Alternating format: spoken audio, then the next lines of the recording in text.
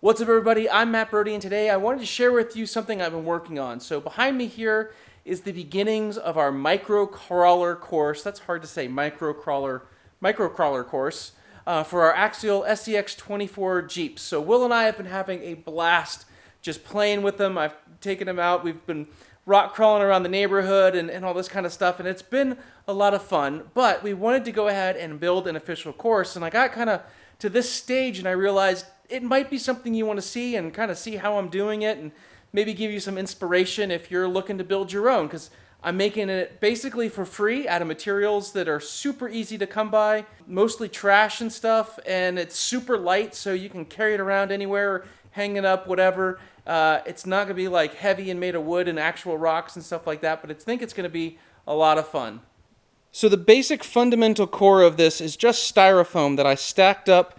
You can see where I took chunks and broke it up and then just kind of hot glued it to make it look like rock and rubble. And then we spray foamed up and over to kind of make this little section here. I took toilet paper rolls and I filled them with the spray foam to make them nice and hard. We'll stack those into an obstacle soon. And then more styrofoam. We used a couple pieces of foam here to sort of make a tall climbing wall. And then we've got some more kind of cardboard paper stuff that we'll use. And that's pretty much it. And then once we finish up the structure piece of it, we'll end up painting it and making it look a little bit better. So one word of advice. When you're using spray foam, wear gloves. Because I don't care how careful you are, if you're using this, it's going to get on your hands and it's a nightmare. Ask me how I know. I'll link the video up here and you can watch as I have my hands covered in this from a mission trip to Puerto Rico where one exploded and it took me weeks to get it all off. So wear like latex gloves anytime you're working with the spray foam, and then you can thank me later.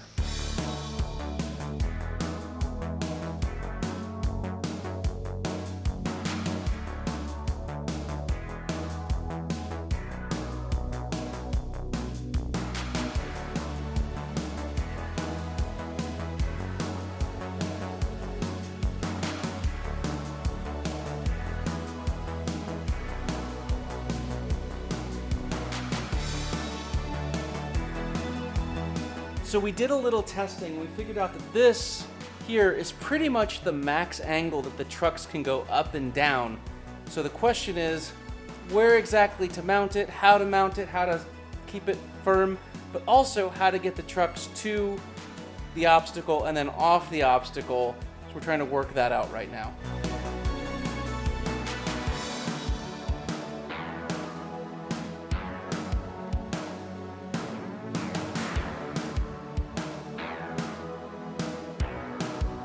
And then we broke up little chunks of styrofoam and placed them on flat surfaces to break up any spots that just looked too uniform. So then we decided to lay a plaster cast material down, and this was essentially just to firm everything up, keep it from moving, and give it a little bit more structure and rigidity.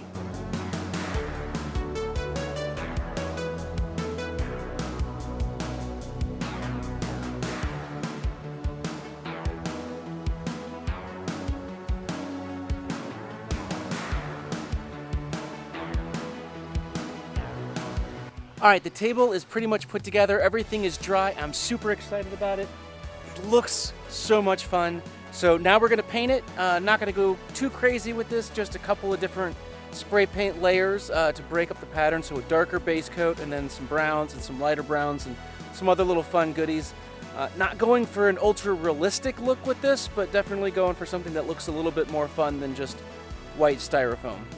And again, wear gloves, because you'll never regret wearing a pair of latex gloves when you're messing with paints and stuff. It's just makes your life better.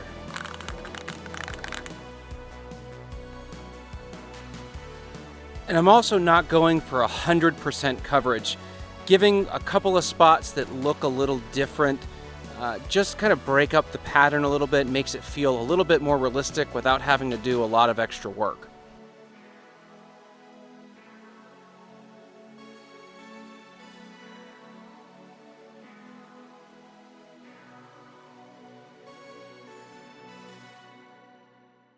And See, this is why I wear gloves, because I'm a disaster when it comes to this stuff, so keeps it off my hands. It's been a few hours and now the charcoal paint is dry, so I'm gonna hit it with some dark brown spray paint.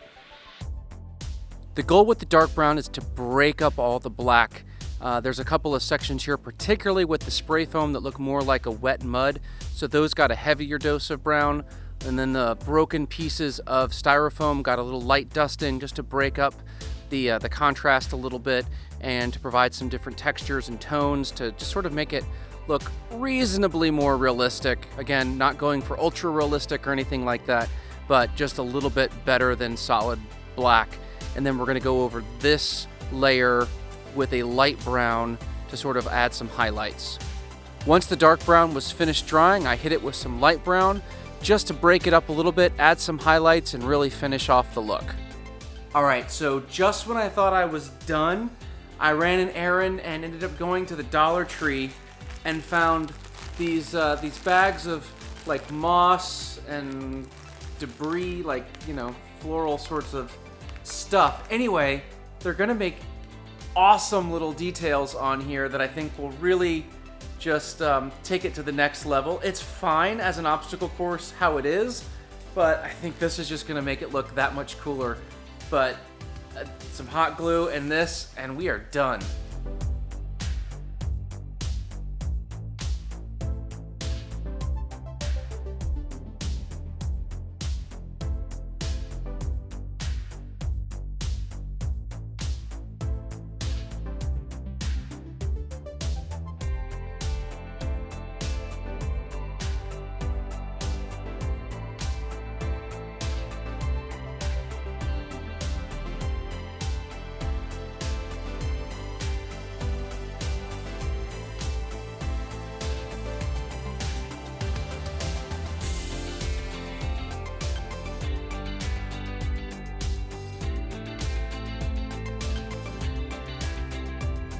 I also decided to lay down some coarse sand and lock it in place with Elmer's glue.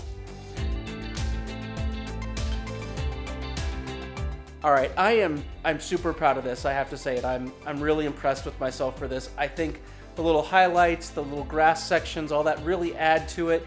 You know, again, not going for hyper realistic or anything like that, but it definitely adds to the atmosphere. But enough talking about building this thing. Let's wheel this thing.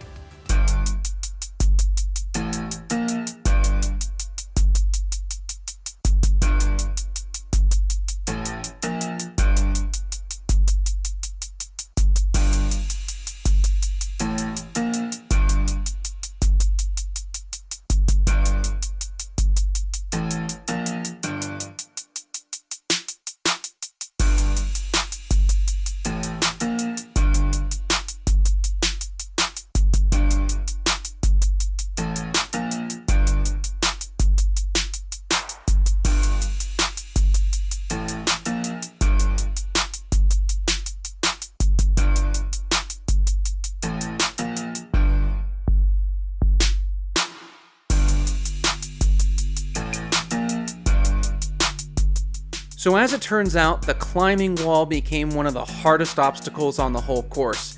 It's doable with a stock Jeep with no modifications, but it's definitely something you have to get just right.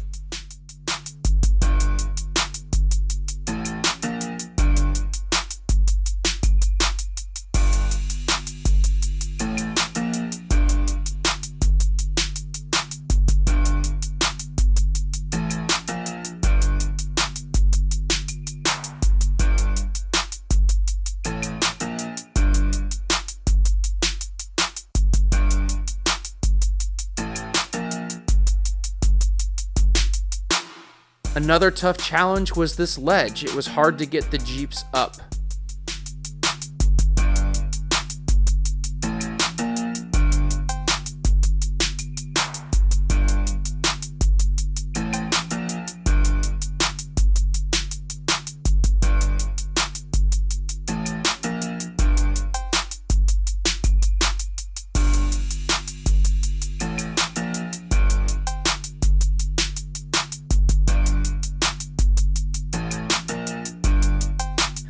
All in all, the Jeeps were able to do all the obstacles, but there's definitely room for improvement. I think some upgrades are going to be in order to really knock this out.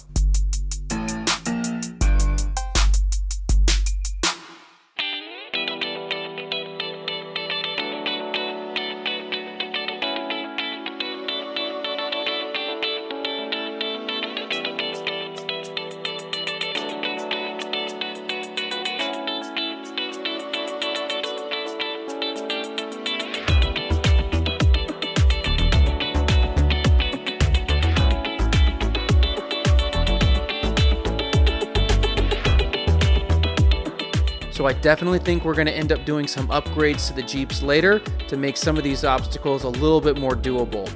But of course, then we'll have to make harder obstacles after that.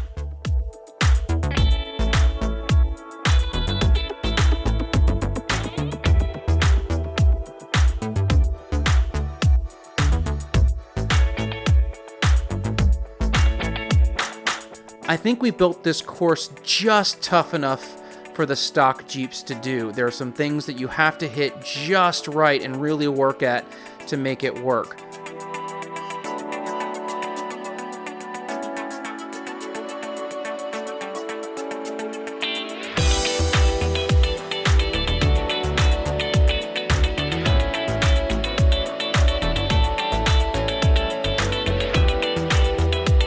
The other obstacle that turned out to be harder than I thought it would was the toilet paper rolls. It wasn't so bad going in one direction, but when you came at it from the opposite direction, it was a little tricky.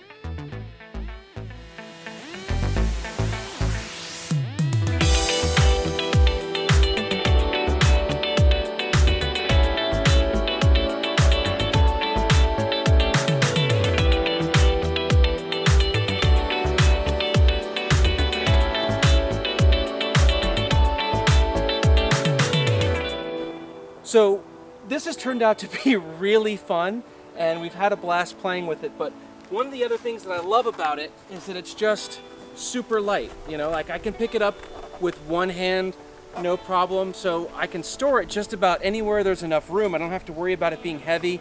We can take it outside, we can bring it inside, we can take it upstairs, whatever we want to do. Super light and easy. All right, well, that's pretty much going to do it for this episode. I hope you enjoyed it. If you've got a little micro RC and you've built a course like this, what did you build it out of? Let me know. Did you get any good ideas from what we did here? I'd love to know more about, what other people are doing with this stuff. But anyway, I'm sure we'll end up expanding on this at some point and all that kind of stuff. But it's been a lot of fun to have these micro crawlers to play with. So I'm glad we built this. But anyway, if you liked the video, give it a thumbs up. Helps out the channel a lot. If you haven't already, subscribe and share too. If you know somebody who's into RCing and Jeeps and outdoor stuff, guy things like that, share the channel. Let's grow. Let's get bigger together. As always, I really enjoy having you here with us, and we'll see you next time. How do people drive with one hand? This is impossible. It's like impossible to film and drive at the same time. Like what is this insane magic you people do? Ugh!